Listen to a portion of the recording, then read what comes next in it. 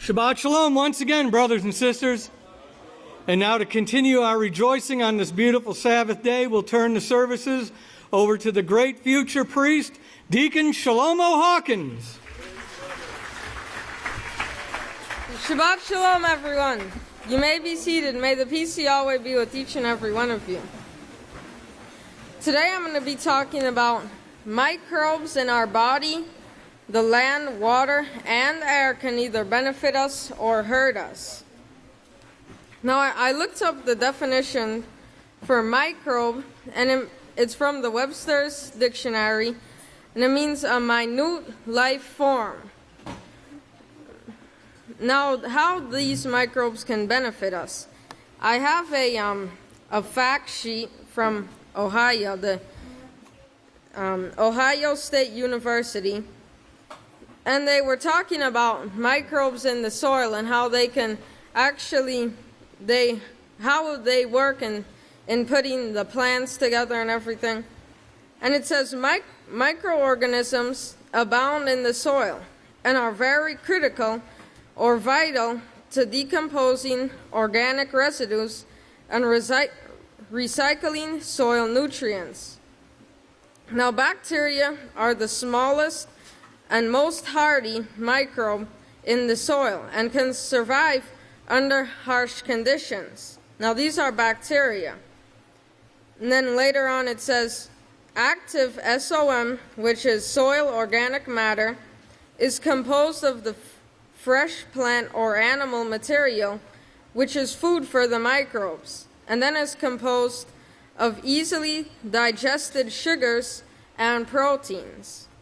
Active SOM improves soil structure and holds plant available nutrients. So you can see there how these microbes are actually helping us, because in the ground Yahweh put these certain type of organisms in there, and they actually hold the nutrients for when a plant's grown. They bring the nutrients to the plant, and they bring that fruit to you, or that they produce that fruit, which when you eat it, you get healthy. Now, in the soil, there are 1,000 to 2,000 times more microbes associated in roots than are in bare soil. So there's a lot of these microbes that actually help the plants to grow. There are more microbes in a teaspoon of soil than are people on earth. That's how many microbes are in the soil. And most of them actually benefit us. Now, the microbes in our body. Could I have my video, please? Even the smallest cut in your skin can be the start of an infection from different types of bacteria. Bacteria take advantage of the cut as an entry point. When damaged skin cells come in contact with bacteria, they release chemical signals. These signals trigger inflammation at the wound site. Inflammation is a type of defense against invasion. In the bloodstream, one layer below the damaged skin and bacteria, we see a mixture of red cells, white cells, and platelets. One type of white blood cell is called a neutrophil. Neutrophils are key immune cells that kill harmful bacteria. Neutrophils circulate in the bloodstream looking for signals of infection. When neutrophils sense harm, they gather and prepare to fight. Some neutrophils leave the bloodstream and make their way through the tissues to the infection site. Eventually, neutrophils find the bacteria. On contact, a killing process known as phagocytosis begins. The neutrophil pulls the bacteria into a compartment called a phagosome. Inside the phagosome, the isolated bacteria are surrounded by swirling granules. The granules create a hostile environment by releasing killing elements into the phagosome. Protein complexes generate clouds of deadly agents to help kill the bacteria. Other granules continue to fuse with the phagosome, releasing many other different agents that also contribute to killing the bacteria. In a matter of minutes, the immediate threat to the body has been destroyed, and your immune system has successfully protected you from a cut on the skin.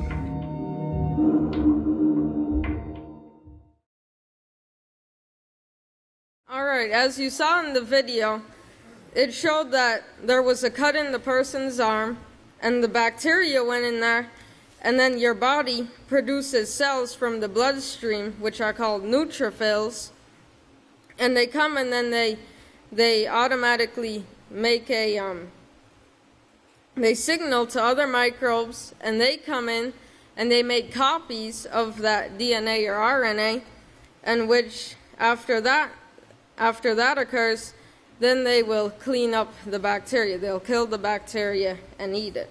And then they successfully will help your body. Now, how they can hurt us. In the New Prophetic Word, on page 19, this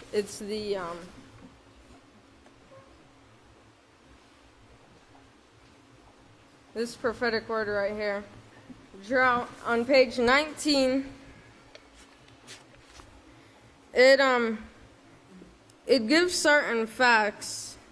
700,000 people acquire gonorrhea in the United States a year. Now, if you remember, why these people are getting these diseases is because they break the law of Yahweh. 50 million people worldwide acquire gonorrhea a year. That's 50 million people. Now, a wildlife biologist are trying to connect the dots on a virus that has started to affect North America's wild turkey population. And what occurs there is, if the bacteria kill all these turkeys, then we won't have turkey to eat anymore. That's why we have to remember to always keep the law of Yahweh. The definition for benefit is something promoting or enhancing well-being. And that's what these microbes do in our body.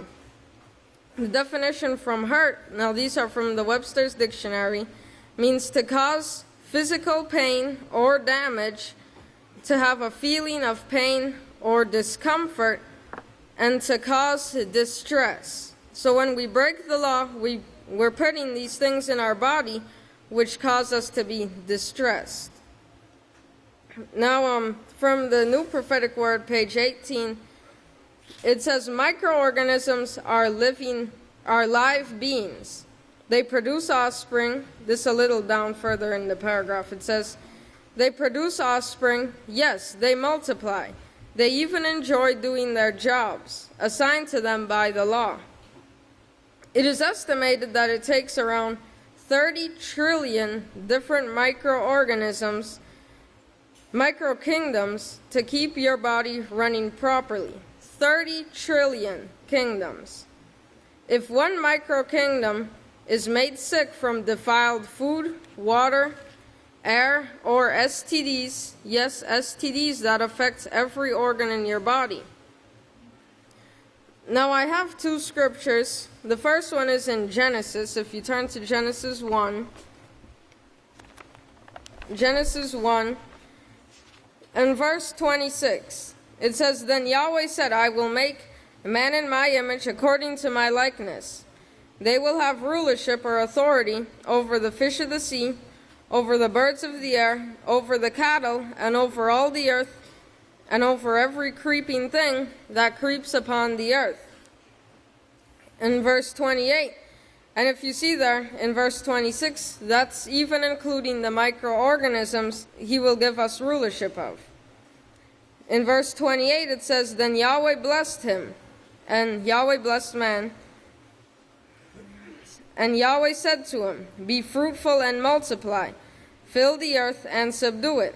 Have rulership over the fish of the sea, over the birds of the air, and over every living thing that moves on the earth. And those are the microbes in our body and that make up the air that we breathe, our food and water, and things like this. In Leviticus 26,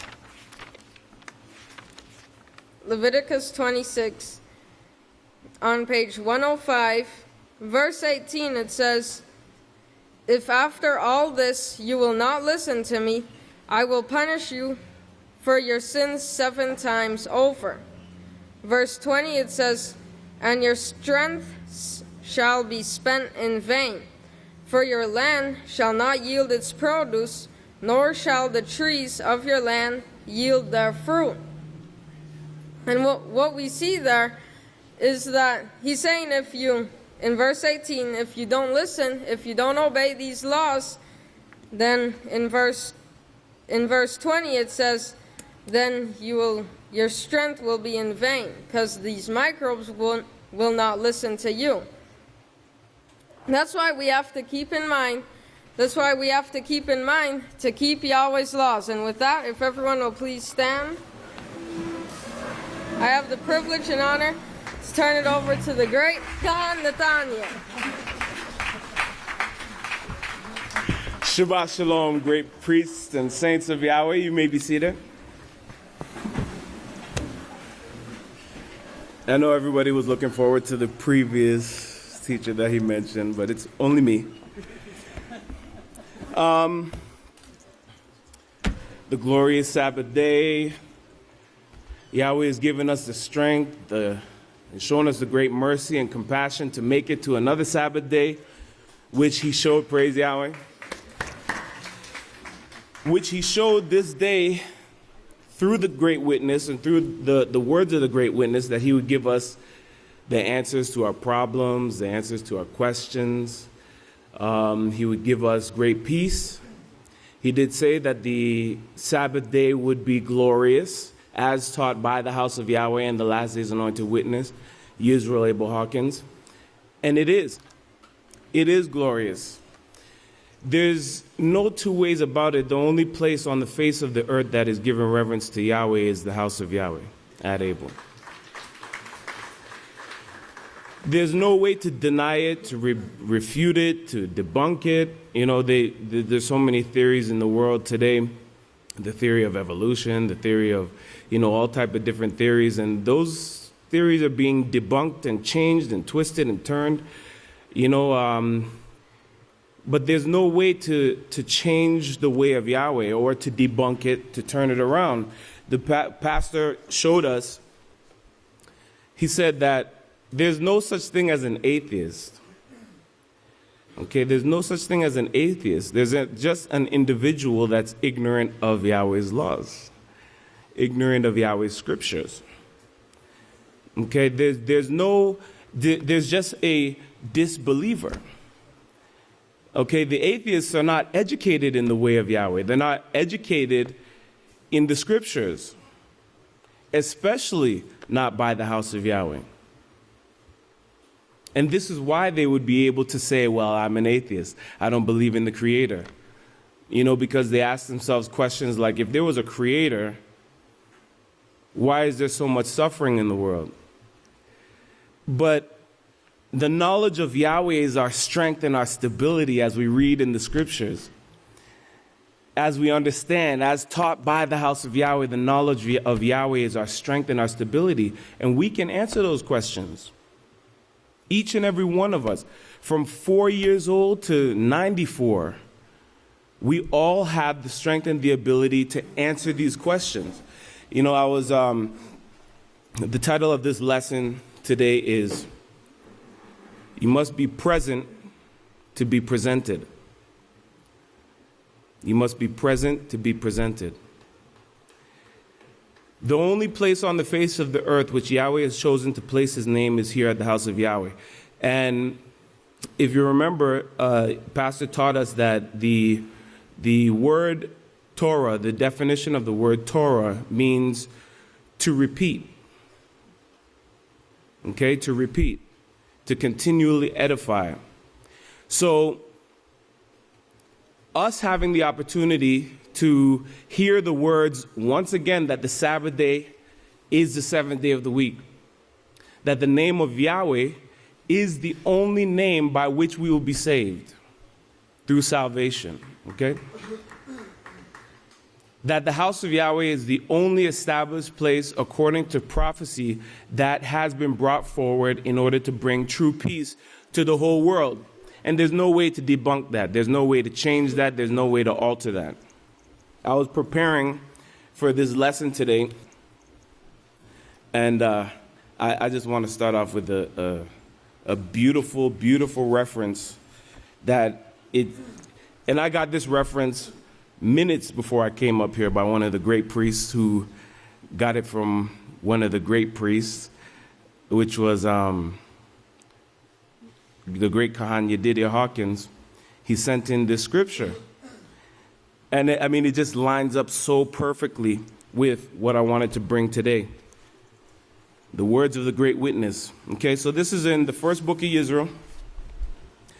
Okay, the first book of Yisrayl, making the connection with Yahweh. And it's on page 130, bottom of the second column. It says, you might not think the Sabbath is a big thing in your life. I could tell you the Sabbath carries more help for you than any one single thing I know. Okay, really marinate on that and really think about that. Don't just let these words be, as the strumming of a harp, or the playing of the zither and the lyre. Let these words really sink in because, there's a saying, it says, the one who listens like a Ford, and no disrespect to all Ford lovers, the one who listens like a Ford performs like a Ford. But the one who listens like a Lamborghini performs like a Lamborghini. So we have to allow ourselves to really listen to these words.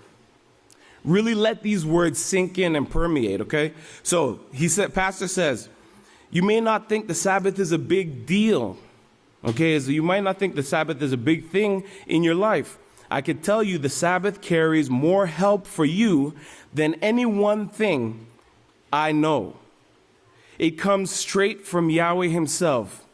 Even if you are an unclean person sitting in the house of Yahweh, you receive the power by making that connection on the Sabbath. He goes further to say that it's a very slight connection. And you'll see in these scriptures that, yes, it is a very slight connection. And that's the reason why it's so important. Because we have to remain in contact with Yahweh. Okay, we have to remain in contact with Yahweh because of the fragility, okay? That connection is very fragile. Unless we strengthen those connections in our minds. Strengthen those connections for Father Yahweh. If you'd all turn over to, and I know you know these scriptures already, but we're just overlaying them on your subconscious mind and in your genes. Hebrews 4. Therefore, since a promise of entering his rest remains. Okay, now the Catholics and the Christians, believe that rest could really be any day. Let us fear so that none should come short of it. Okay, let us fear so that none should come short of it. This message was preached to us as well as them. But the word which they heard, they did not benefit. It did not benefit them. Those who follow after the Sadducees, the Pharisees, the Essenes, the Herodians, it didn't benefit them because they chose not to adhere to it. Okay, they chose not to adhere to the way of Yahweh as taught by the House of Yahweh. Because they did not share in the faith of those who obeyed. In 2 Timothy chapter 3, verse 13, it says, but evil men and impostors have grown worse and worse, deceiving and being deceived. These evil men who have grown worse are the same ones who were rejecting the name of Yahweh in the days of Jeremiah. When Jeremiah came to the priests of Anathoth and said, you must reverence the name of Yahweh. And they told him, look, you say that name one more time. It's a pine box waiting, ready for you. Okay, so these evil men and impostors have grown worse, deceiving and being deceived, taking away the glory of Yahweh from the Sabbath day. Okay, if you'd go over to Isaiah, the book of Isaiah, chapter 58, and of course you know these scriptures, but it's great to go over them again. Isaiah, chapter 58, and verse 13. It says, and if you turn away your feet from breaking the Sabbath, from doing your own pleasures, your own business, your own pleasures on my holy day, and call the Sabbath day a delight, the holy day of Yahweh, honorable, and will honor him by not doing your own ways, nor finding your own pleasure, nor engaging in idle conversation, okay, then you will see what it says here in verse 14. Then you will find your joy in Yahweh. Okay? Then you will find your joy in Yahweh. And I will cause you to ride on the high places of the earth and feed you with the heritage of Jacob. Okay? Yahweh promises us that he will feed us with this heritage. He will not leave us desolate.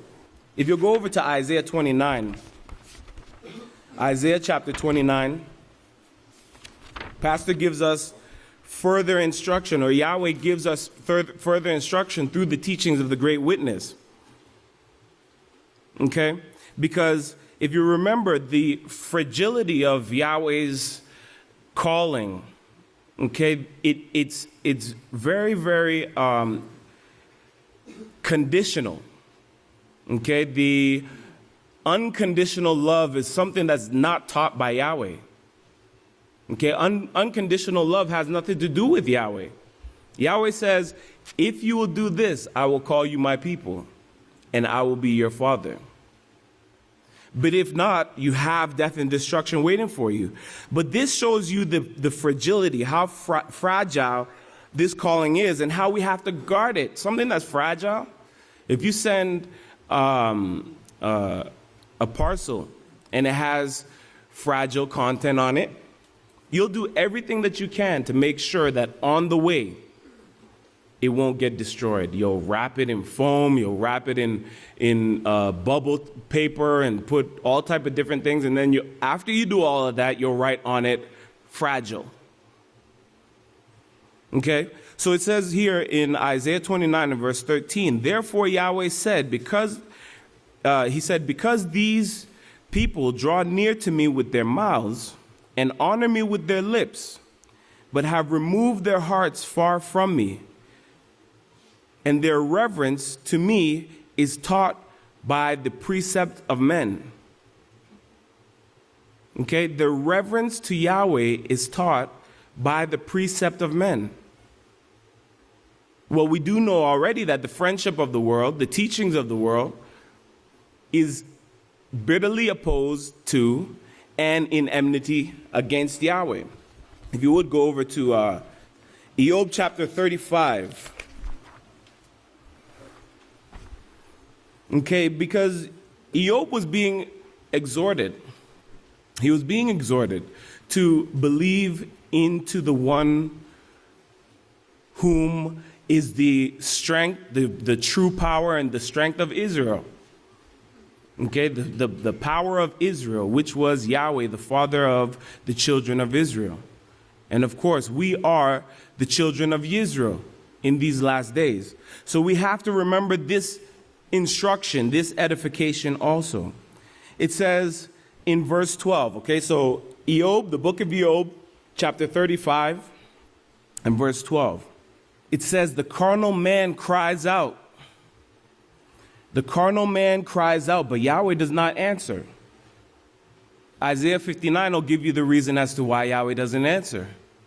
It's not because Yahweh hates his creation, or he's upset, or he wants to exact revenge on his creation. By no means. Okay? But it's through our own sins, the practice of iniquity, the practice of the breaking of Yahweh's laws, the taking of transgression into our very lives, that we separate ourselves from Yahweh. And we come here on the Sabbath day to learn how to be reconciled to Yahweh. Okay? How to be brought back to Yahweh, brought back into the presence of Yahweh. Okay? So continuing, it says, surely Yahweh will not listen to vanity, nor will the Almighty regard it. And he's training us to be the same. You remember the scripture that says, when Yahshua returns, when you see him, you will be just like him. And that's what Yahweh gives us on the Sabbath day. is to learn to be just like him. Not to come and say that we're reverencing Yahweh with the precepts of men. It doesn't work. It doesn't have the ability to bring us into the unity with Yahweh. At this point, I'd like to go over into the respect unit, okay, of the Peaceful Solution Character Education Program. And it's on page 118. Okay, page 118. It says, be prepared. The question of the day. You mean I should be prepared to be shown disrespect? Yes, we should.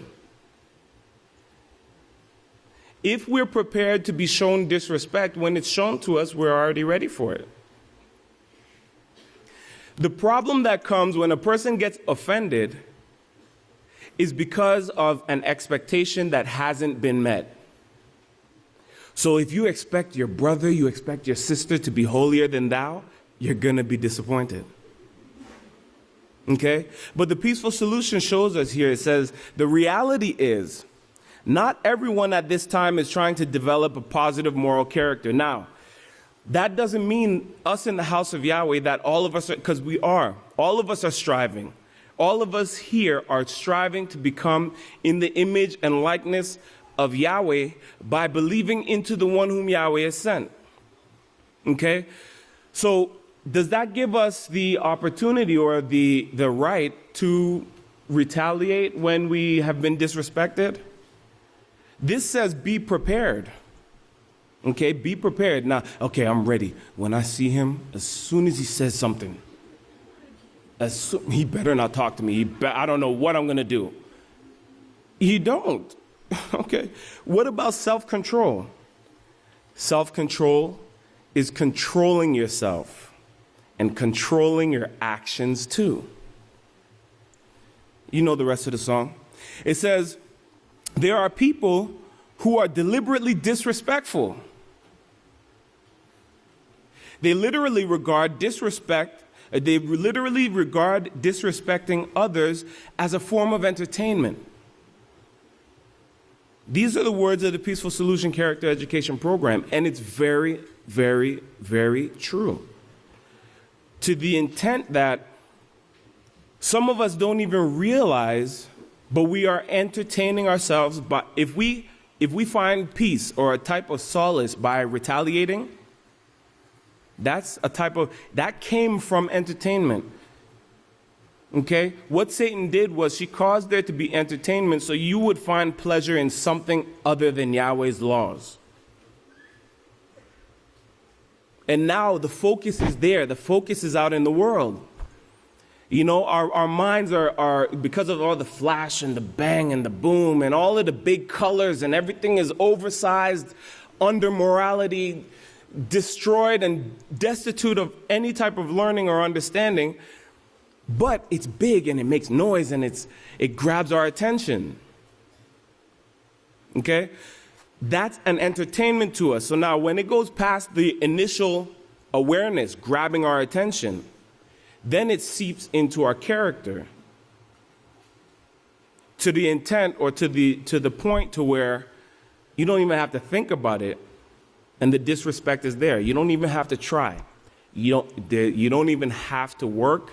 You don't have to think, okay, I'm going to be disrespectful now. No, it's in there. So when you see this word entertainment, it means where you have put your mind. Don't entertain the thought. You've heard that sentence. You've heard that before. Do not entertain the thought. So it's not just about, I'm watching movies or I'm listening to worldly music. Of course, those things lead you to that desperate, destitute destruction. Okay, but don't entertain the thought. Don't give yourself over to the thoughts of retaliation. It says, in addition, there will also be times when someone may show you disrespect and not even realize it. Okay, and not even realize what they're doing. Now, an unintentional sin is still sin. Okay, we in the House of Yahweh are given the opportunity to wear moral excellence, and to wrap it around us as a talit, as Yahweh said. To wear moral excellence. There's no excuse, oh, I had a bad day. No, it's not okay to have a bad day. And then disrespect. You might have a bad day, but under your self-control, nobody will even know that you had a bad day. When you haven't even eaten for the whole day, Yahweh said, don't go showing people that you haven't eaten. Put oil on your face, straighten yourself up, and present yourself to Yahweh's people as a willing servant. Okay? These words are not void. These are the words of Yahweh coming directly from Yahweh on his holy Sabbath day, as Pastor showed us. He said, I don't see anything else that's more important than coming on the Sabbath day and learning the right and proper way to conduct yourself. There's nothing that's more important. So the peaceful solution shows the answer to the question is, you mean I should be prepared to be shown disrespect? And it says, yes, yes, yes, yes, yes. Okay, we should be prepared. But in that preparation, remember, the scripture shows that a wise man sees evil and flees. Well, Pastor showed us, not that he's running. You can't come to the house of Yahweh and hide from your duty, which is to teach this unclean world the right and proper way to conduct himself. But he says, a righteous man sees evil and prepares against it. Prepares himself against that evil. Okay? If we'll go over to... let's see here. A righteous man sees evil and prepares himself against it. Let's go over to the book of Proverbs. Okay, Proverbs chapter 15. And on the Sabbath day, this is what we're learning. Proverbs chapter 15 and verse 1. It says, a soft, gentle answer turns away wrath, but a cutting retort stirs up more anger. Now, this would occur in an individual that is not being taught the Peaceful Solution Character Education Program. Okay, because the scriptures already shows us that a teacher, a ruler, a leader, sometimes needs to raise his voice in order to get the attention of those who are right on the brink of utter destruction. When someone's right at the corner of a cliff, you're not going to say, please back away from that cliff. It's not going to occur like that. It's not going to occur. You can say that in advance. You can say, you see that cliff over there? Yeah, don't go that way because, it's really dangerous. It's deep. Ahead of time. But when that person is right there at the edge of the cliff, there's going to be an escalation in your vocal abilities. Okay? So verse 2 of Proverbs chapter 15, it says, the tongue of the wise uses knowledge correctly, but the mouth of the fool pours out foolishness. The eyes of Yahweh are in every place, beholding the evil and the righteous. So Yahweh knows everything that's occurring. Okay, you're not going to catch Yahweh by surprise, and then you surprise him, so he's upset and he's angry and he wants to, exact revenge on mankind. No, that's not how Yahweh is. Yahweh is a merciful, compassionate, and concerned, loving Father who defends his creation, who stands up for his creation. And if you'd all please stand at this time, I appreciate the opportunity to speak. And I'd like to turn the floor over to the great Kahan Ilya Hawkins. Shalom, everyone. You may be seated. Today in the news, we're going to be taking a look, starting with a town in California that actually the wells are going dry. Due to the drought, towns are now actually running out of water. And when you watch this, have empathy for these people. Look at what's taking place and look at the emotion on this woman's face. She pleads, even these people taking out personal loans to go get water. Imagine that. And then, of course, the government brings them water and tells them not to drink it, but use it for other things. So keep that in mind. We also recently, when we went down to an area in South Texas here not long ago, we went through some of the land that the House of Yahweh at one time was looking at getting for food. And Pastor decided not to get it. And this is back when everybody thought the harvest was great. Everything looked nice. But Pastor seen where they were using commercial fertilizers and commercial irrigation, and he said that land won't last long. We recently went through there, and as far as you could see, the corn crop had burnt completely up. They didn't even cut it down in the fields. It's still standing, but it's completely burnt up. Now, that's the foresight and the wisdom that he has in relying on these prophecies. But look at these people, because they're subject to bad choices and things that have been done, and they really don't know why, but they're suffering from it. Also, in Madagascar, there was a huge outbreak of locusts. They're calling them locusts, more like a grasshopper, that is totally consuming what they have. And they show the scenes of the view of the city with these locust or grasshopper-looking insects, and they're mind-blowing how many are there. And then you have the Pope endorsing war, but yet he's not endorsing war. He says that he wants to stop this ISIS, but not by dropping bombs or war. At the same time, he's laying the foundation to wage war. So pay attention closely to what's being done here. And then in the UK, they're warning their people that a terrorist attack is soon to take place. It's inevitable. So they're putting fear into the people. Fear into the people. And, of course, the people are going to naturally want to do what? They're going to want to attack the aggressor before the aggressor attacks them. And then you have the Pope is being warned by Israel right now that ISIS has him in their crosshairs. Now, the Vatican is playing this off, but they're claiming that the Pope is in the crosshairs of ISIS. And then last but definitely not least, Michael Brown, the young man that was killed in Ferguson, Missouri, who has been such a news media outburst over these things, they're going to show his funeral, and we're going to play a clip from a preacher at the funeral. And watch what's said very carefully. Now, I want to read you the definition for the word vengeance. Okay, vengeance. The definition is the act of taking revenge, harming someone in retaliation for something harmful they have done. Now, remember that the very foundation of the peaceful solution is two wrongs don't make a right. Never get even, fight back. Now, I want you to listen very carefully to what they're told by their preachers of what they need to do. So at this time, if we could play the news. Pay close attention. What you're about to see is Bible prophecy being fulfilled.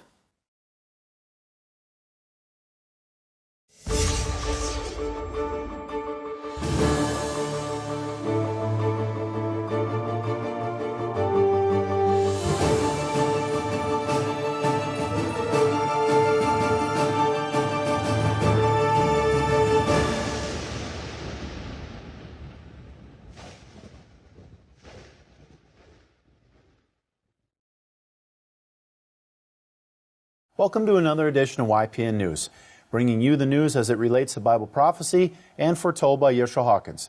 Now, Pope Francis made the news again this week as he says ISIS must be stopped. But in return, ISIS is now threatening to go after the Pope. Also, we're going to be reporting on one preacher's call for vengeance for the shooting of Michael Brown. And we're going to look at one country's modern-day plague. But first, let's look at the severe drought in California. Now, the drought in the west coast state of California is worsening every day and now becoming critical for some in the state. In a small town of only 7,300 residents, the wells have simply run dry.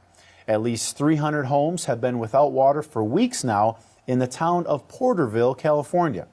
Elizabeth Baker, a distraught mother, expressed what she and her children were going through. She said, "We can't shower. We're wearing dirty clothes. My kids had to wear dirty clothes to school this morning." It's amazing. She went on to explain how she had to go across the street last night to get water for her children from the local fire department. She said, "I feel like a bad mom, and it's not even my fault." She said she struggled to hold back tears when she was speaking to reporters. Well, there are actually entire neighborhoods now without water in East Porterville. The county set up 5,000-gallon water tank for residents to help with flushing toilets and irrigation. However, drinking water is now the problem. One city worker said, "We received direction early last week from county administration to come out and conduct an emergency operation. we distributed 15,552 gallons of drinking water to the community. Despite the relief effort, the county is highly concerned the problem could get even worse. They believe some are not reporting their wells have gone dry out of fear that their landlords will evict them or their children will be taken away. In fact, the county didn't even know how dire the problem was until they were tipped off by a nonprofit group. Donna Johnson, as she drives through one neighborhood, counts the homes and explains they are all out of water. Now, she has been delivering water to those in need for months.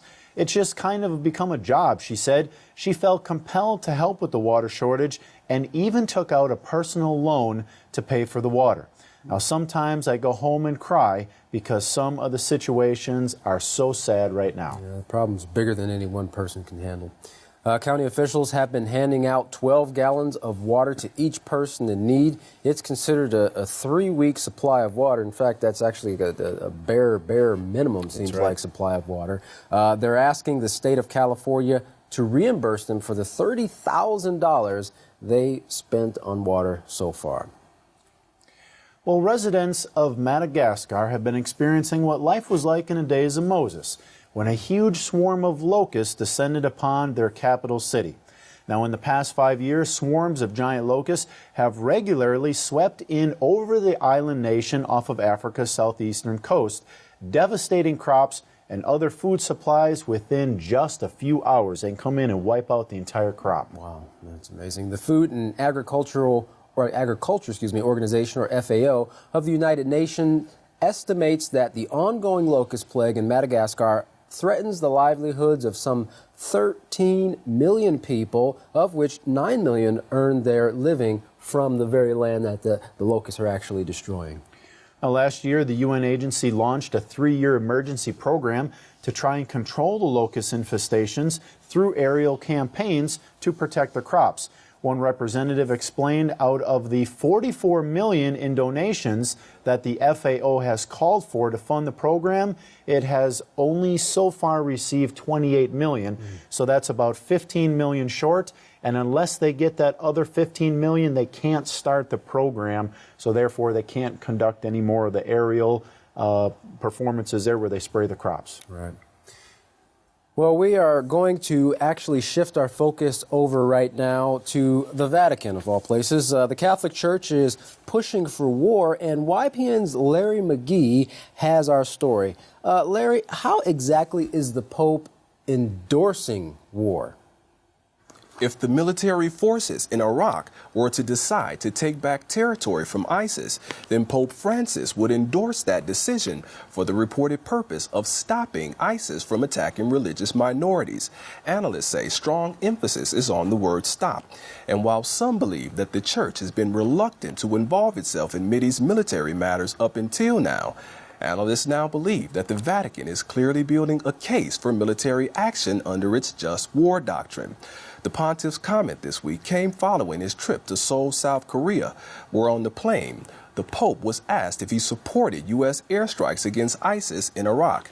In these cases, said the Pope, where there is an unjust aggression, I can only say that it is licit to stop the unjust aggressor. I underscore, he went on to say, the verb to stop. I'm not saying bombing or making war, but to stop him.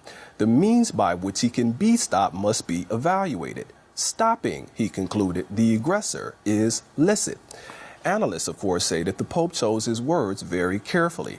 But in a situation where economic sanctions don't apply, it's clear to everyone what the pontiff, with his understanding of dark sentences, was intending to convey. Now, Larry, what exactly does the Pope mean when he says licit, and what type of response is ISIS giving to this statement? By licit, he means allowable or legal. And according to Italian news reports, ISIS now has the Pope in their crosshairs. The Vatican is reported to be downplaying the threats, however, while taking common sense safety precautions to guard the Pope against any possible attack. Looks like a big case of tit for tat there. Well, in response to the conflict in Syria and Iraq, Britain has raised its terror threat level to severe. Prime Minister David Cameron is working on plans to stem the amount of people traveling abroad to join the conflict. In fact, Prime Minister Cameron said the Islamic State is posing a greater and deeper threat than it has before. He also said that the root of the problem is due to the poisonous ideology of Muslim extremism. This threat level is the second highest and was made by the Joint Analyst Center due to reports that were made in regards to threats that were being made of planned attacks against the West. Well, the current fear is that around 500 British jihadists have gone abroad to fight, with about half of them currently in the UK planning attacks on European soil. Now, yet the UK's Home Secretary said that there is no intelligence that there are an imminent attack or there is an imminent attack, but this move was triggered to ensure public safety. Now, Prime Minister David Cameron is planning new legislation to prevent British citizens from traveling abroad to fight, plans which he will soon be making public. And Katan, part of those plans include the confiscation of passports as part of their attempts to stop their own citizens to going and fighting abroad, and then the rest of it, the other plans he's going to be making known in the future. It seems like there's going to be a stink that comes about because how they're going to determine that's right. whose passport they're going to take. So we'll see what is on the horizon for that one. Well, in closing, at the recent funeral of slain teenager Michael Brown, held in St. Louis, Missouri, the preacher who presided over the ceremony called for the revenge of the blood that was spilled by those who allegedly partook in the actions that led to the deaths of Michael Brown, for one. He also mentioned the children of Sandy Hook Elementary and the Columbine High School massacre. Take a look at what he had to say. And he said, "What hast thou done? The voice of thy brother's blood cried unto me from the ground." Michael Brown's blood is crying from the ground, crying for vengeance, crying for justice. There is a cry being made from the ground, not just for Michael Brown, but for the Trayvon Martins, for those children at Sandy Hook Elementary School, for the Columbine Massacre, for the black-on-black crime. There is a cry being made from the ground, and God is hearing the vengeance of his slain. Wow. Well, droughts, plagues of insects, wars, and the threats of wars, vengeance and retaliation are all mankind is ever going to see because he has chosen the way of Cain and rejected the laws of peace. As Yisrayl Hawkins and the House of Yahweh has been teaching, the lust for money, unlawful human interactions, and relationships are bringing all the curses that mankind is experiencing right now. Well, Mr. Pope, Mr. Preacher, and the rest of the world, the answer to your problem is in the very Bible that you claim to follow. There's more than just pretty stories of the scriptures that are made out by the religious leaders of this age. The Holy Scriptures are mankind's perfect guide for a peaceful, prosperous, and healthy life. Yisrayl Hawkins and his staff is the only group on the face of the earth standing for the every word of Yahweh, just as it was prophesied he and his administration would do. You don't have to succumb to the negative peer pressure of this scripturally illiterate generation. Now's your opportunity to come out of this world. Here's how you can start. You can contact the House of Yahweh and request your free Prophetic Word magazine or monthly newsletter by writing them at The House of Yahweh, P.O. Box 2498, Abilene, Texas 79604. You can call them at 1-800-613-9494. Visit them on any of their websites, www.yahweh.com, www.yisraelhawkins.com, or www.yahwehsbranch.com. You can also email them at info@yahweh.com, and for any calls outside the United States, please call the number on your screen. Well, stay tuned. Up next, Yisrayl Hawkins bringing you the laws of life. For all of us here at YPN News, I'm Katan Alexander. And I'm Jeffrey Heimerman. Thank you for joining us.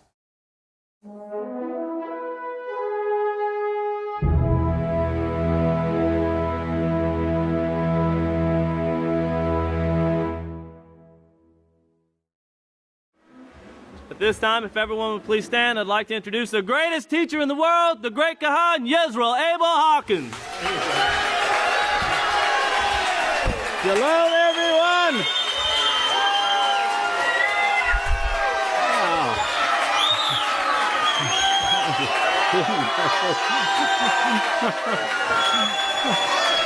Praise Yahweh. Praise Yahweh. Oh, let's go big. Come on, come on. Praise Yahweh. You may be seated. You may be seated. May the peace of Yahweh be with you while the world is crying for vengeance. Oh, man. Take karate so you can defend yourself. Oh, man, what a mess. What a mess. We're trying to take the bite out of all this crime.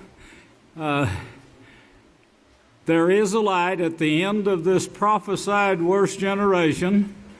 That was a newspaper article that I wrote that went out yesterday, 29th, and it's already up to 62,000, over 62,000 news media is running it right now.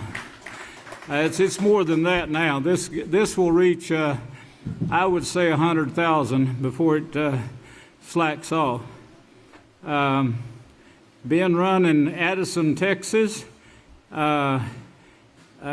KTXD 47, and this is on their computers too, their Facebooks. Northern Michigan, this is just a few. Huntsville, Alabama, Atlanta, Georgia, big stations in those places.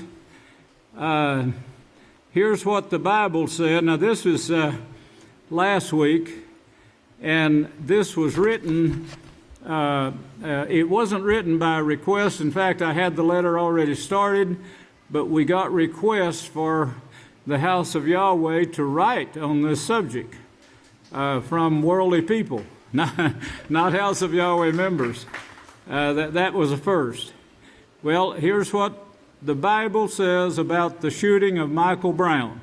And that went out last week, and it's almost 100,000, 91,004, and that was, it's more than that now. We need to wake up and learn from the death of Robin Williams. That went out the week before, August 15th, and that's up to 82,000. News media is running this. Praise Yahweh. As you can see, the vengeance is everywhere, and there it's such a confused world. I ended with this article last week and a couple of weeks ago, but they don't want to believe the Scriptures. But the Scriptures has the answers to today's world problems, all of them. But they don't want to take the Scriptures. But they're admitting now, that what the Scripture says is true. Now, I mentioned a scientist that was fired from university after discovering shocking dinosaur bones believed to be only 4,000 years old. Now, this is their own way of testing dinosaur bones. It's been proved, it's been fought for years. And of course, the others also have some other ways of testing it, but they all agree with what this man did. He says, a recent archaeological discovery that throws a wrench into the conventional theory of evolution has reportedly cost a California professor his job. Mark Armitage, a former scientist at California State University, Northridge, was reportedly fired after claiming to have unearthed a dinosaur fossil that still contains soft, flexible tissue, suggesting that it can't be millions of years old, but only in and around 4,000. Now, if you think about it and give this some thought, I'm going to give you a hint. I was going to tell you when the earth was created, but I said, after talking it over with some priests, other priests, I said, you know, there's too many people interested in this. We need to let it be studied. And this will help in the studies. But now keep this in mind. I'll give you a hint without telling you, okay? So you can just go right to it then. But now this 4,000 years here, this takes you back to the flood. Do you think about that? See, 4,000 years. They said this is 4,000 years old. That's when the last dinosaur disappeared. They haven't found any later than that. And 4,000 years ago is when this earth was flooded. I had a book. Things are coming back to me from that book because I've been thinking, I think subconsciously on this thing, and every once in a while I'll remember something that was in that book.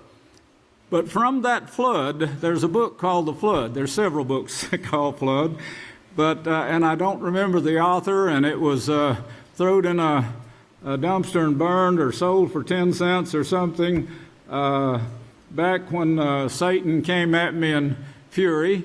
And but anyway, the book was taken from me.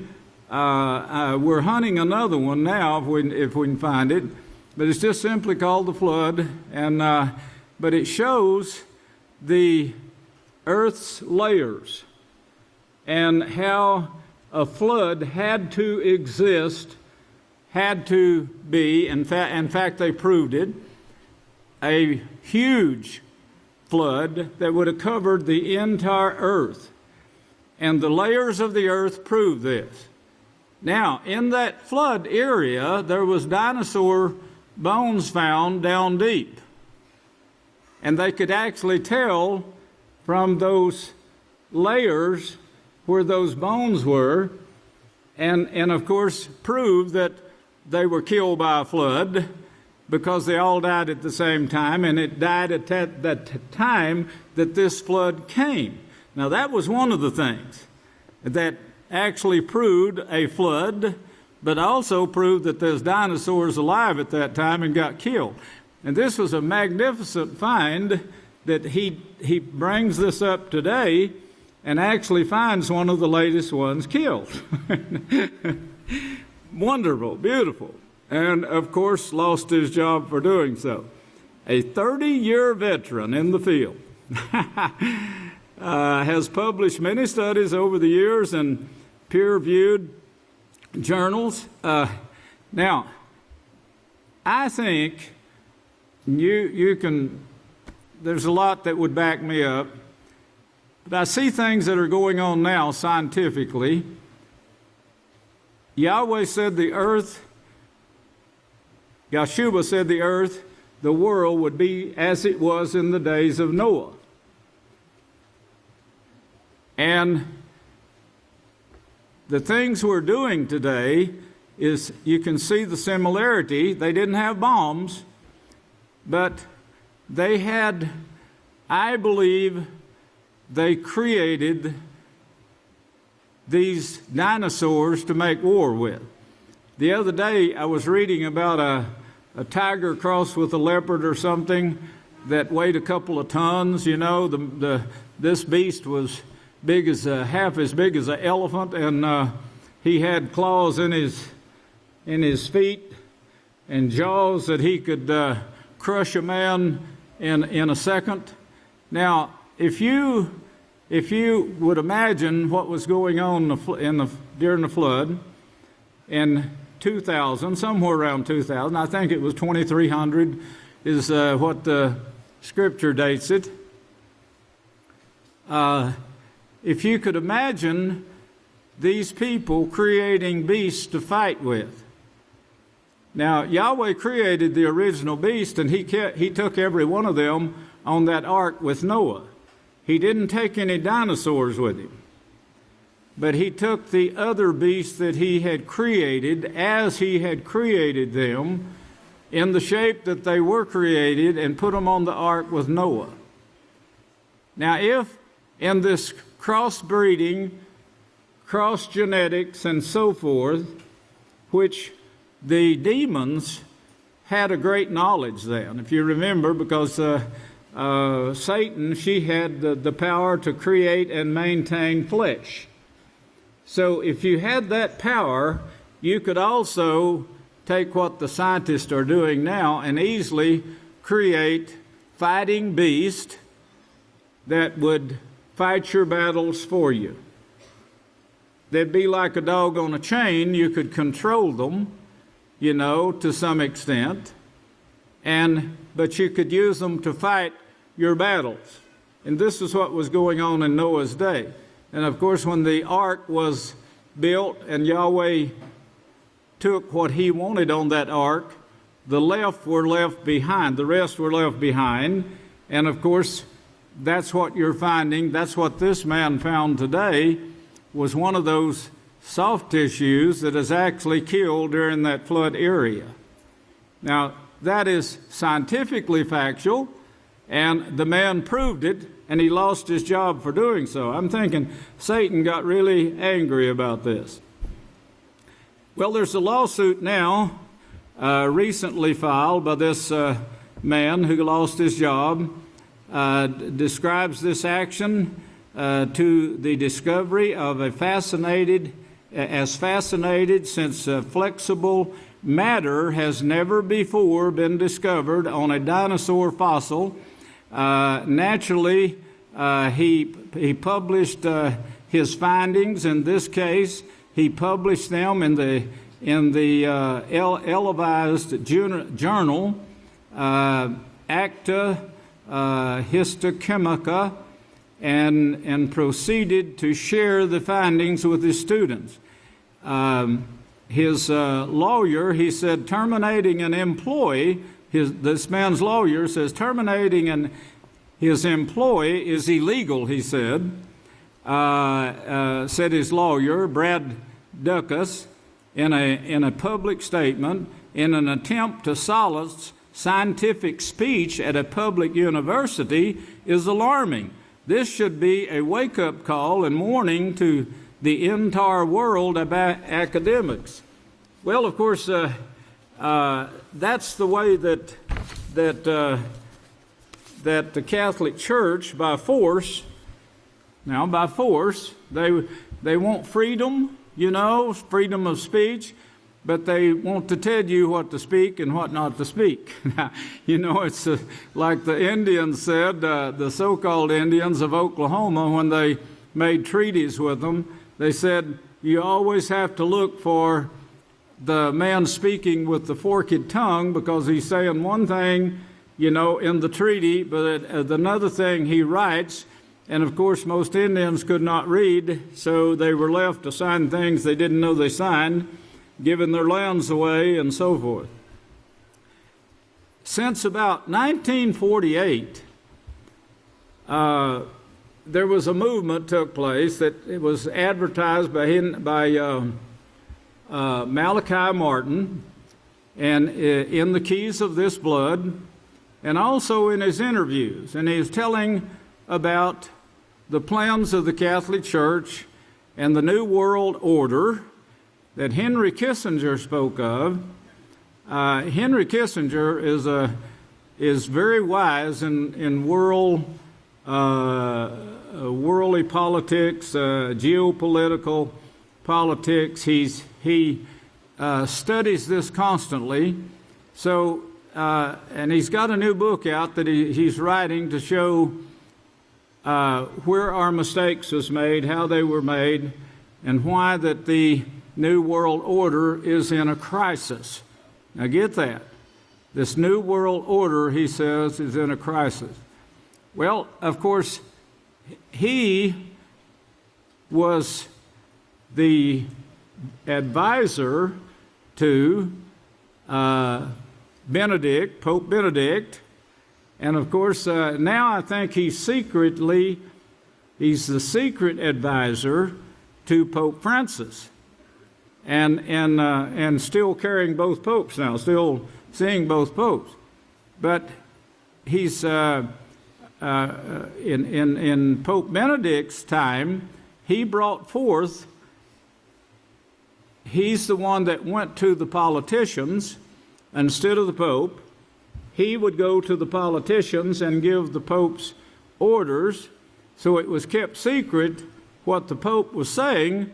But Henry Kissinger, no one was paying any attention to Henry Kissinger, but now in a book he reveals this, and you can see that all along since 1948, he's been heavily, deeply involved, him and Bill Clinton too, in fact, and many of the other presidents.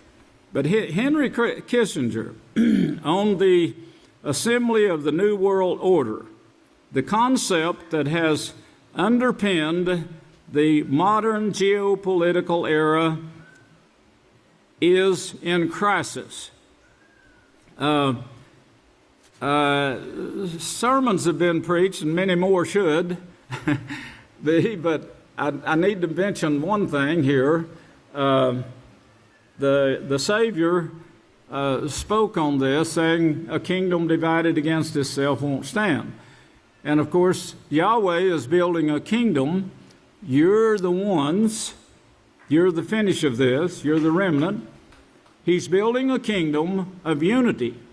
And without unity, you simply just won't be allowed. That's all there is to it. And that's the reason that Yeshua stressed unity. All the prophets stressed unity. And Yahweh went to extreme to show this is a must. This is something you've got to have, because you can't bring anything across successfully if people are fighting, they don't agree, and they're fighting against your efforts to bring this about. Yahweh is going to take us as teachers, and we'll be forever teachers in the new world. And this will be a new world order that will stand, because praise Yahweh, it's based on unity, it's based on justice and fairness. The laws are in total unity with everything that you need, everything a person actually needs. And of course it guides you to loving your brother and actually caring for your brothers and sisters. You don't see this in this new world order. You see a force. And this is one of the things that Henry Kissinger shows that is taking place with people who don't agree, so they're building up resistance to it. If Satan was allowed, she would bring her force in right now and destroy all of you. Now, that's how much she hates you, and of course, that was her plan. But the house of Yahweh won't be destroyed this time.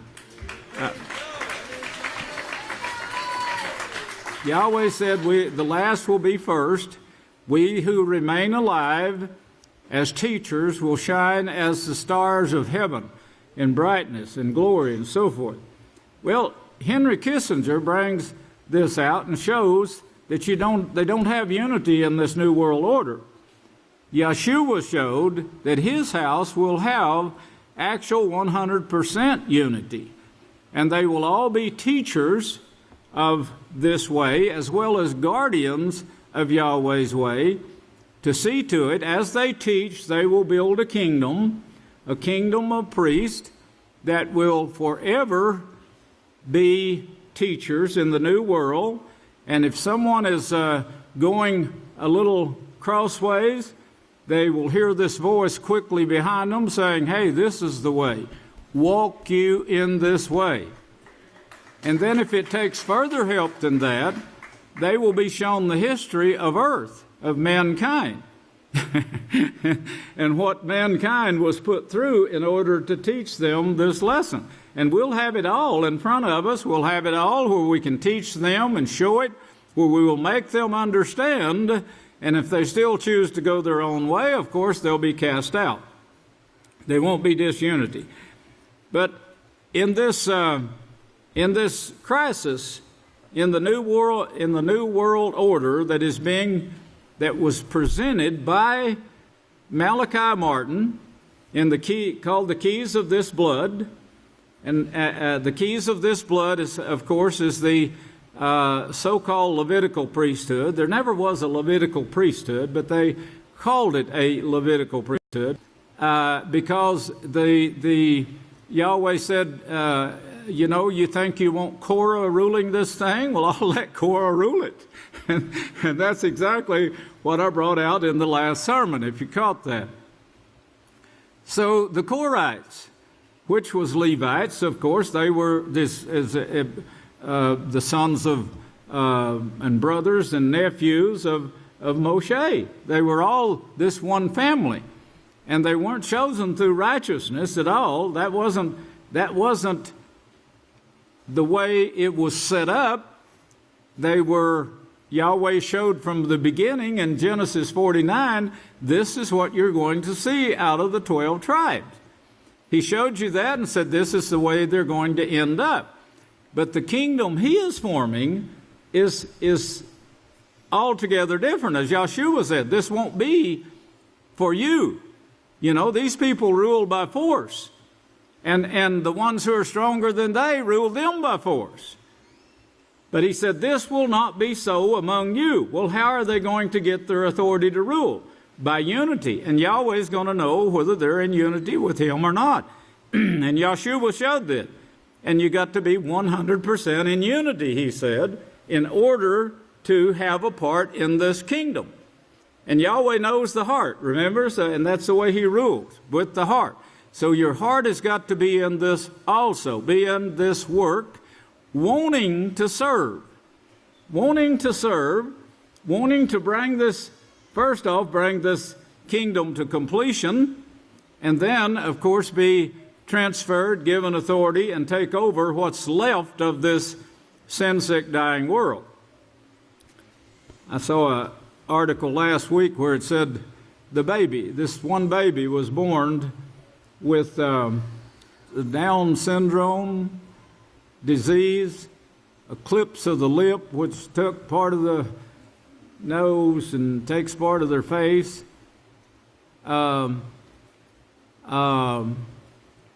respiratory problems, and cancer, tumors. Now, that was the four things they named that the baby was born with. And they told the mother and dad, this will cost you $1,000 a day for the doctors to treat this baby, to keep this baby alive. $1,000 a day. And they said combined salaries of her and her husband, they were making $800 a month. Well, that is the sick world that we stand in right now. And I don't care what anybody tells you, every baby that's born today has a defect. You may not see it, but it's there. It's there, it's come from the genes, and they're finally saying what we've been saying for 50 years now, that the genes that we have modified, that we've destroyed, that we've mutated, is what's causing the sickness and disease, every bit of it. Well, they said 85%. What did we say, 90%? Then I said, no, I believe it's 99%. It just keeps going up in my mind. Every time I read new evidence and see, that it's STDs, your past sin. You didn't get away with one of your sins, and your child didn't either. Your child is suffering from every sin you sinned when you were growing up.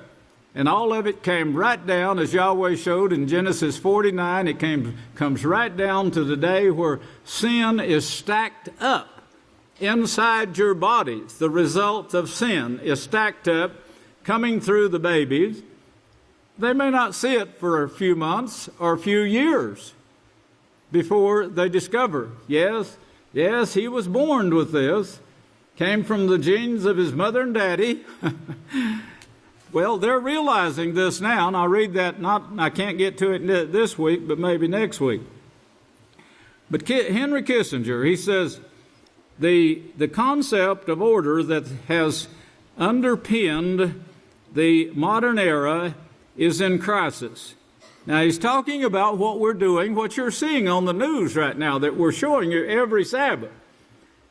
This is the Pope's plan, the Catholics' plan, the keys of this blood, which they know they're the Levitical priesthood, as they call it. They know that they're the Korhites who rose up against Moshe and Samuel.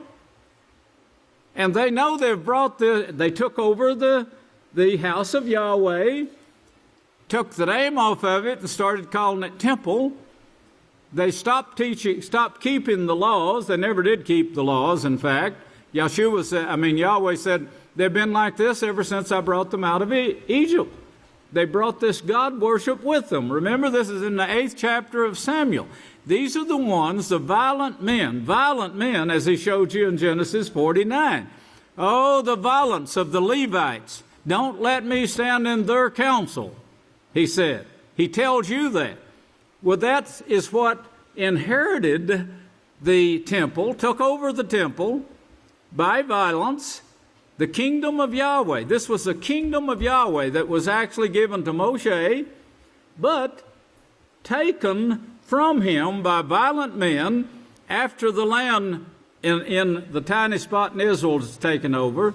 And then he sends them out to the whole world to rule the world. So at the end, there would be no doubts of what caused what we're seeing here now in this new world order. And this is what he's speaking of, and this is what we're seeing on the news, the new world order in crisis. When we see the people in Ukraine who wanted to go back to the Orthodox religion of Russia, and they were rising up, and the Pope says, we got to get some help over there and stop this. Because the democracy, the so-called freedom from the laws of Yahweh, that's the only thing they're talking about. You're not free from anything else. You're under pressure, under their thumb, from your birth to your death. And the hospitals can actually take your baby and say, we're going to keep this baby, and we're going to treat it. And if you object, they'll say, we're not asking you.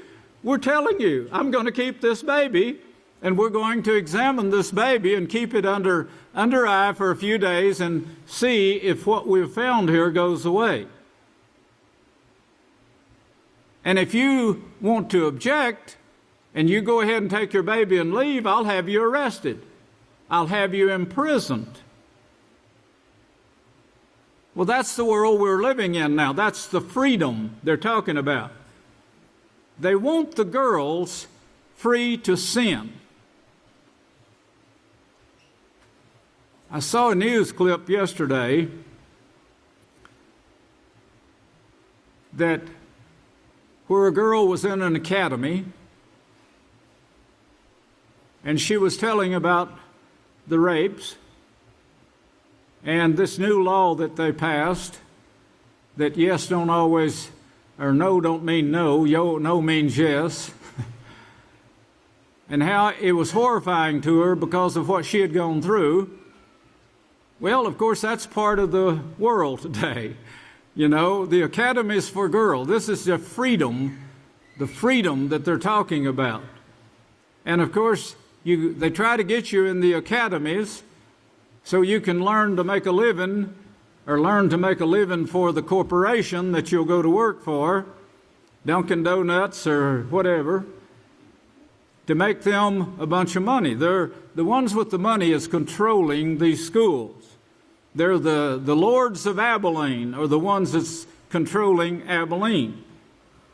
They're not controlling it completely because they're drinking their own sewer water right now. But this is some of the drawbacks with this system. You see, it's not It's not like it's foolproof by any means, this system. And this system is what is bringing forth the droughts. Yes, it's got the heavens, the atmosphere, sick also. And for a while they didn't know that what we were saying was truth when we told them that the microorganisms, listen to me now, everybody straighten up and listen. The microorganisms are controlling the atmosphere and the rain, and what you're doing, your sins, has got the atmosphere where it can't do its job. They didn't believe us. They didn't even believe that there were bacteria out there in space. They didn't believe that there was anything out there. And the other day, they was looking at a spaceship, and on the spaceship, they had picked up algae. Algae growing on their spaceship. How in the world did this get there, they said. How did all these other bacteria get on this ship anyway? Where did we pick this up? Somewhere around Mars? The Martians, that's what it is. Well, of course, from the scriptures, we know when Yahweh created the heavens and the earth. Yahweh gives us feasts to show us these things. He gives us bits and pieces of hints and said, this is this way with Yahweh.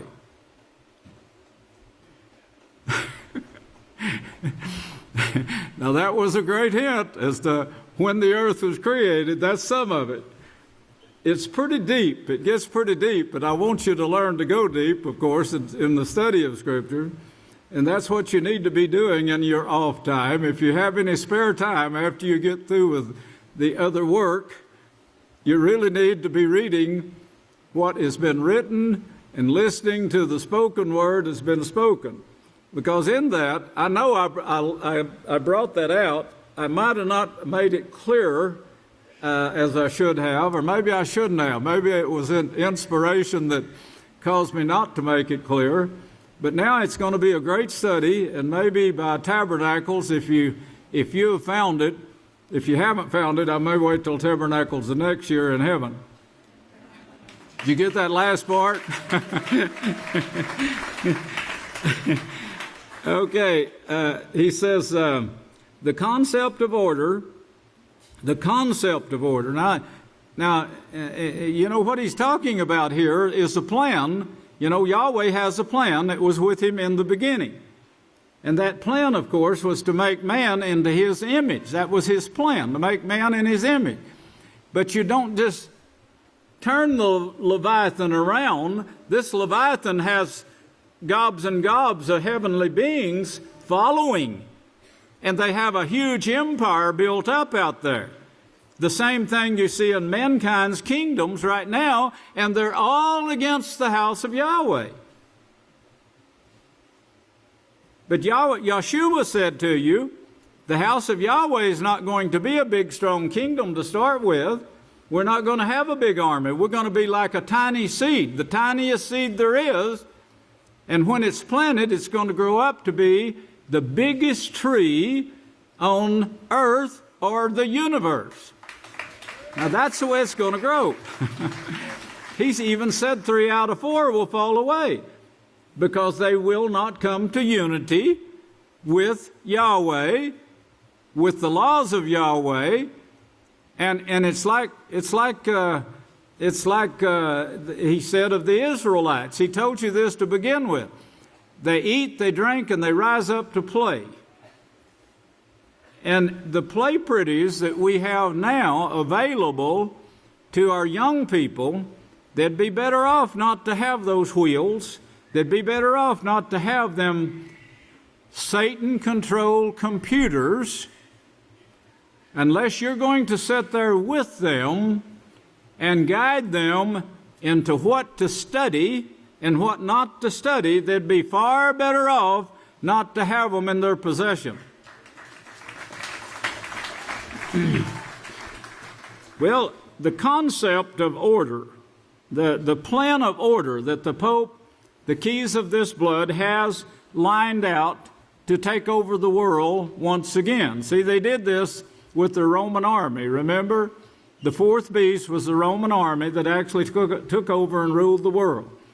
But Yahweh shows there won't be another one. There won't be another world-ruling kingdom, but they're trying now to get it across. And Henry Kissinger is saying this concept of order has underpinned the modern era is in crisis. The concept of order that has underpinned the modern era is in crisis, writes Henry Kissinger. Above, a pro-Russian fighter stands guard at a checkpoint close to Dunsdik, Ukraine, in July 2014. And it shows a picture of the Russians standing there with the sign says stop. And of course, they've blockaded the road. Libya, now get this, Libya is in civil war. Now this is another crisis for the concept of order that they had planned, because they had planned that everyone would fall under their umbrella and everyone would fall under their guidance of democracy and the Western style of living, which is the closest thing to Satan that I know of you could find anywhere in the world. Fornication, adultery, bestiality, and sodomy are the teachings that come forth from Hollywood. They're in all the schools now. The Supreme Court upholds them and upholds the right for women and men to participate. Why? Money. As you saw by film, big money. It brings in big money. Sickness brings in more money than anything else that you could invest in.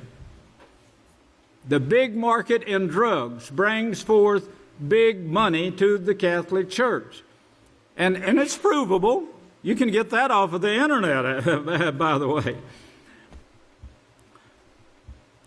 Fundamentalist armies are building a self-declared catapult across Syria and Iraq. Well, this fundamentalist, that you'll probably hear this word quite a bit now because it's being brought out in the news, but fundamentalist is forming a foundation or basis, a basis essential, that is a foundation that is essential, a principle, theory, this is fundamental, laws, and so forth, serving as a basis or a foundation. Fundamentalism is religious beliefs based on literal interpretations of the Bible. That's exactly what Yeshua formed when he was here on earth, based on the inspired writings of Yahweh's inspired prophets. Now, read this again. That Calypse. Now, he uses the word Calipate, Calypse. And it means supreme ruler, the title taken by Muhammad's successors as heads of Islam. Well, of course, the supreme ruler that the Catholic wants is the Pope. But in their concept of order, in order to get rid of all of these religions, they, of course, knew that they had a fight on their hands, but they didn't know they had the big fight that they have today, even though Henry Kissinger says Russia is a teddy bear now, but she could become a grizzly. And this is the one thing that's a crisis to the concept of order of the Catholic Church. And their plan for, as the keys of this blood, they claim they have the rights to this. The keys of this blood gives them the rights to take over the world and rule it with the rod of force, of course. So he says Libya is in civil war. Fundamentalist armies are building a self-declared separate across Syria and Iraq, and Afghanistan's young democracy is on the verge of paralysis.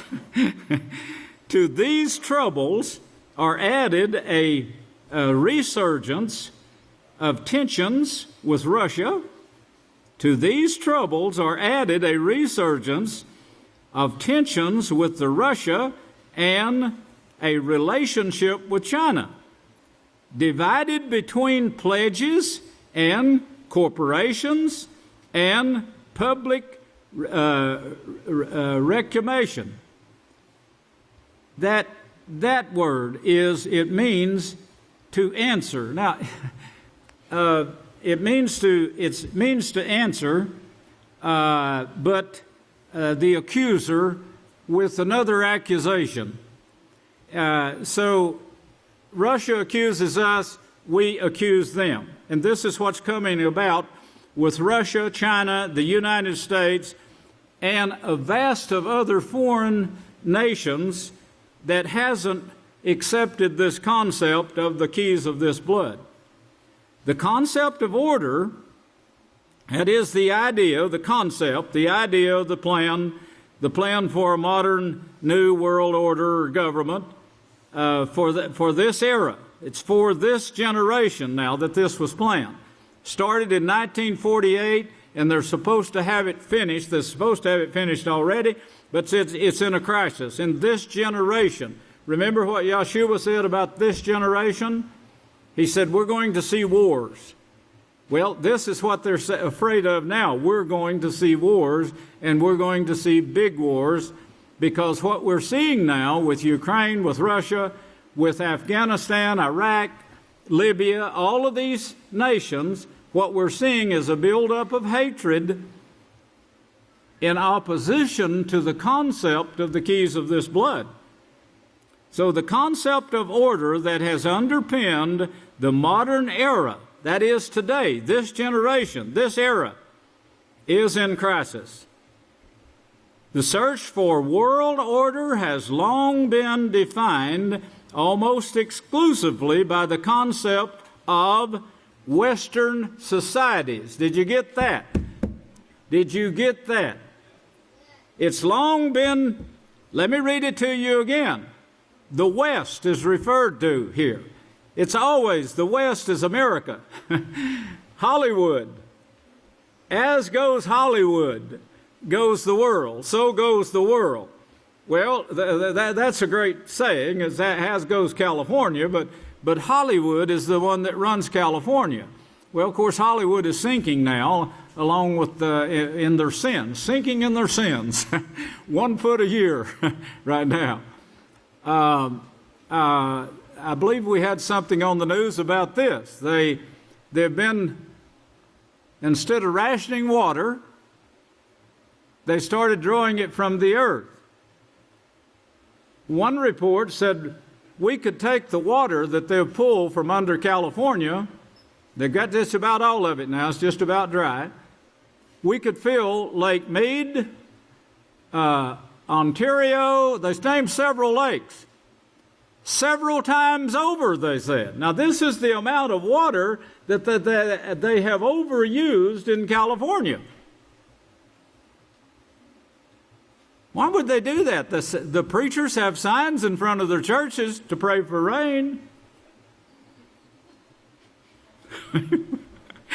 Why would they have to suck all the water out of the ground and let all their lakes go dry too? They're using out of the lakes too. The river's drying up, the land drying up, the earth is sinking, swaying like a hut, like a sukkah left in the garden. All of these things are taking place in this generation, at the same time, this concept of the Catholic Church to take over the world. So what help do they have from their gods in all of this? Do you see any help at all from their gods? And Yahweh said they're going to hide themselves pretty soon in the houses of their gods, saying, save us from the one that's sitting on that throne up there that's now made himself visible. All they're thinking about right now is revenge. Revenge? Well, you saw the preacher. Revenge! Revenge! That's what this blood is crying out. Hold your place right there, and let's go over to Genesis 4. Now, this is the concept also. This is part of the concept for this new world order is revenge. And Yahweh said to Cain in verse 6, why are you angry? Why are you so downcast? As the King James Version, why is your countenance fallen? If you do righteousness, you'll be accepted, or you will be acceptable. If you will do righteousness. Well, none of the world wants to do righteousness. They don't want this in their concept of rule. They want to be able to rule, and they want to be able to practice sin, and they want the whole world to practice sin. And all of this is based on the Western morals. Well, the Eastern nations, they don't want these Western morals.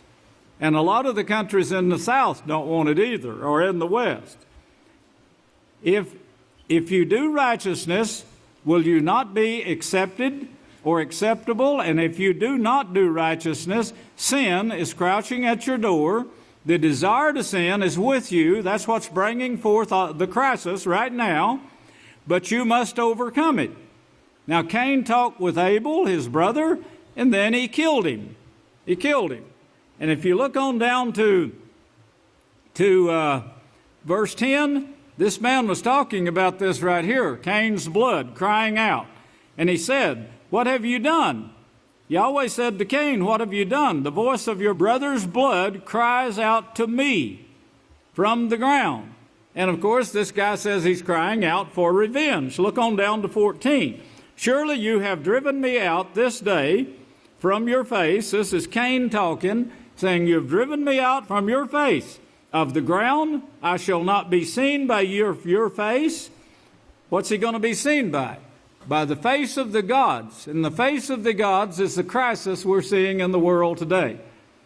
The great crisis. And it doesn't just involve their concept of world order. It involves the religion that they hate. The Muslim religion that's based on, of course, a one world power, which is Yahweh, but they think it's one of their army leaders that's died and gone to heaven. I shall be a fugitive, he says, and a vagabond on the earth. You shall, and there shall be continual war. Notice that, vengeance and retaliation. And that's what the preacher was crying for on the news, saying the blood is crying out for revenge. To these troubles are added a resurgence of tension with Russia and a relationship with China divided between pledges of corporation and public recrimination. The concept of order that has underpinned the modern era is in crisis. The search for world order has long been defined almost exclusively by the concepts of Western societies. Well, this is, of course, what the Muslims are against. They don't want their women being diseased. They don't want them being whores. They want to protect their women and their children. This is in their religion to do so. It's also in the religion Yahweh gave to Moshe to protect, guide, and teach in the laws of Yahweh. In the decades following World War II, the U.S. strengthened in its economy and national confidence, began to take up the torch of international leadership and added a new dimension, a nation founded explicitly on the idea of free and representative governance. The U.S. identified its own rise with the spread of liberty and democracy. That really sounds great when you see it like this without knowing what they're really saying. It gets back to mythology. Mythology, of course, is taking a true story and turning it into a myth, like Santa Claus, of course. You know, St. Nick, who gave presents to children so he could molest them. And they took this and they turned it into a Santa Claus who rides in a sleigh bringing presents to crawl down the chimney and put under their Christmas tree in honor to the sun god Baal. Well, of course, mythology, it makes a myth out of it. What founded Rome? Did the Pharisees found Rome? No, that took place with Romulus and Romulus and so forth. Well, this is mythology that we'll get into, and this is what you see here in America: democracy, in liberty. Liberty, what do they promise you? They promise you liberty while they give you death. Well, that's exactly what the Scripture shows. They promise you liberty while they give you death. Anytime you go against these laws that guard your health, your children will suffer, your grandchildren will suffer, your great-great-grandchildren will suffer from it, down to the fourth generation. Eating unclean food, like pork. They got new evidence now come out on this. You can get it readily. The trichina goes into the brain. The larva from these things, it bores through the stomach wall. Once you get it in your stomach, pork, it bores through the stomach wall, and then it can travel on the roadways called your veins, vessels, that's what Isaiah called it. Isaiah 65 called it the abomination. And the broth of abominable things is in their vessels. These things go throughout your body, go to your brain, confuse your brain. You're wondering why you want to go to sleep every time I talk to you? Any of you having that trouble? You know, you really need to go and see some people that know about this, and some oils, 4 oils that they use on your backbone to get rid of some of these things. But you think, well, I ate this pork, I ate this kosher dog at Sam's. It's kosher, it said kosher. Well, did they show you the ingredients in it? Did they tell you where you could buy it and examine it? No, they won't give you that information. Well, what do they mean kosher? I was in Canada holding a meeting not too many years ago, maybe 100 years, something like that. But seems that long. But anyway, we went to a kosher food store to try to find something clean that we could eat. And sitting on the counter, as we went by the display, there was a display of pig feet in a jar. And I said, this is a kosher. What do they mean kosher? Well, the sign was on the door, and I went back and read the kosher sign. Yes, there was a rabbi that actually signed it.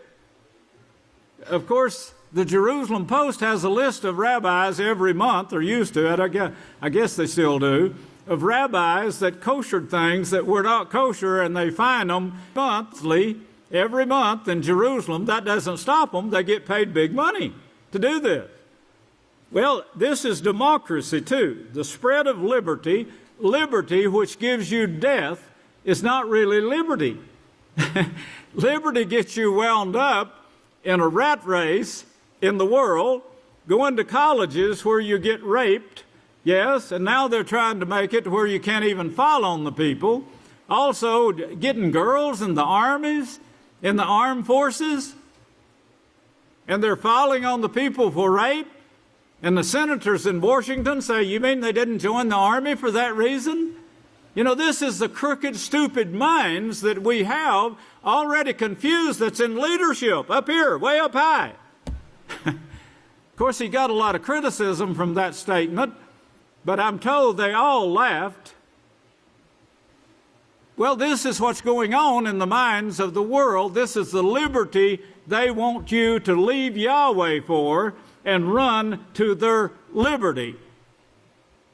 And that's what the Catholic Church wants. Liberty and revenge comes next.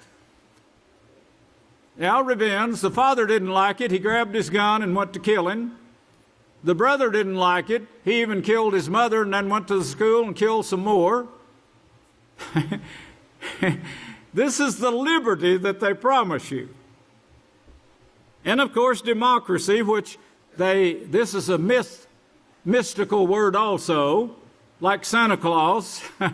It's a myth. Democracy, like it's supposed to be equal and just.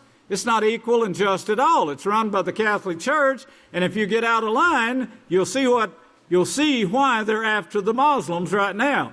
This is not against religion, they say. Oh, no. The people who kept the Sabbath and they went out and arrested them, they didn't arrest them for keeping the Sabbath. That wasn't the charge against them. It was heresy. It was witchcraft. It was child molesting. People that took care of their children. But and the ones that filed on them were rapists of children and still are and doing nothing about it. Now, this is the mixed up world that we're getting from this new concept of world order. Is there any wonder that it's running into crises now? There are thousands of people, there are billions of people that don't want this concept from the West. Yes, and they're fighting against it. You can't have peace. You cannot have peace without just laws to guide you. And then you've got to teach the people those just laws so they'll understand that these laws are just and righteous for all people to follow. And if two people can follow the law that says don't steal, then they can trust each other with materials, knowing full well that that person will not steal, accidentally or deliberately. We tell people, don't try to work for the house and work out in the world too, because you have things in your trucks and pickups that are holy to Yahweh. And if you got a screw out there in somebody's house that is unholy, you see what you've done with the holiness of Yahweh. You spit in Yahweh's face and give it to Baal. Give it over to Baal. I would say, if you possibly can, come out of this world. Start making your way totally out of it. The things that this world is suffering right now and the crisis that it's in, they know, and this is what, I didn't read you all the letter yet, I want to, but they know that there is a crisis now. They know that this can spread. There's a possibility. They say, we hope we can control it. Well, how are they controlling it? The Pope is saying, never war. And then on the other hand, he says, we've got to stop them now. And sometimes war is necessary. Sometimes? That's been going on for 6,000 years. Sometimes. Pretty old just to use it sometime. That's their only solution, to go out and kill and be killed. And of course, this is what they're going to do. They're going to try to use force again to bring the world into compliance. This will lead to the nuclear wars. Yes, the nuclear wars, where 4/5 of the earth's population is going to be wiped out.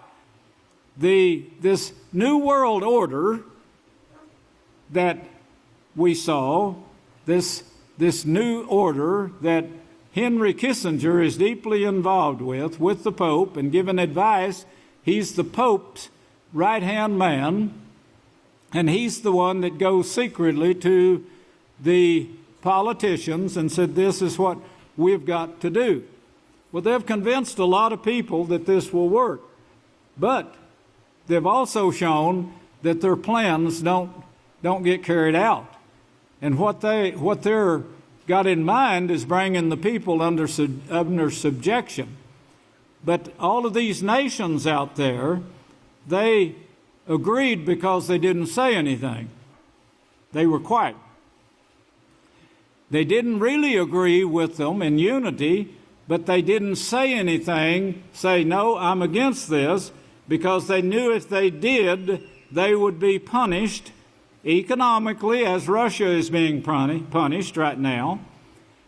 But Putin is saying, this week he issued statements saying, don't mess with Russia. And I want you to remember, he said, when he was telling this to pupils in the Russian schools, he said, I want everyone out there to understand that Russia is a mighty nuclear power. He said, don't mess with Russia.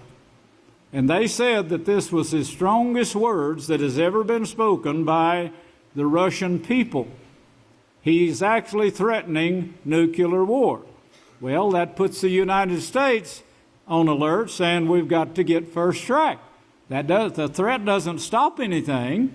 The only thing that will turn this thing around, brethren, is the peaceful solution taught peacefully to all nations, saying these are the laws that we can all live with.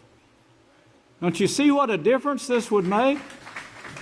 If our government right now, the United States government right now, would use the military soldiers, don't dress them in military uniforms, dress them in white shirts, black ties, and black suits, and send them to the colleges to show what we've got to offer them that we will live by. We'll live by these laws ourselves, and we'll teach you these laws, and you can teach you to live by them, you and all your children.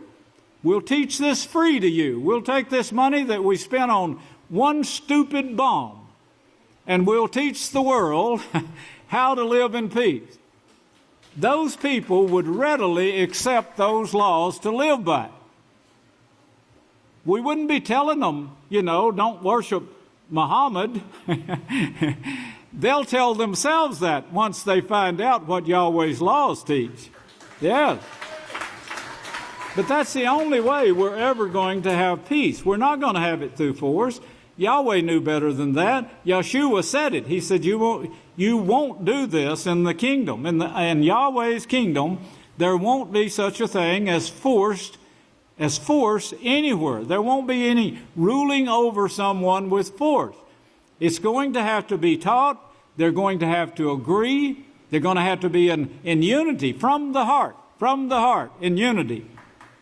Otherwise, they will die, and they will never be replaced.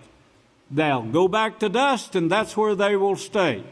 No life ever again. The dust will have life. The microorganisms will be going on, being used by other microorganisms. But there will not be that body formed of that person ever again. No, there won't be any reincarnations. Go to a rat or a mouse. Yes, the dust will, but that brain won't be in it. He won't be enjoying this body that he's in now. And he won't even know, the rat won't even know that he had the microorganisms that was once in another person, the dust in them that was from another person. You understand what life is now? May Yahweh bless you. And I told you some secrets now about this, about the creation of the earth. I gave you quite a few hints. So think over what I've said. If you don't remember it, go back and listen again. I gave you some hints, and there's a lot more scriptures you got to put with this to understand. But yes, there was a time, wasn't too old. The earth is not very old.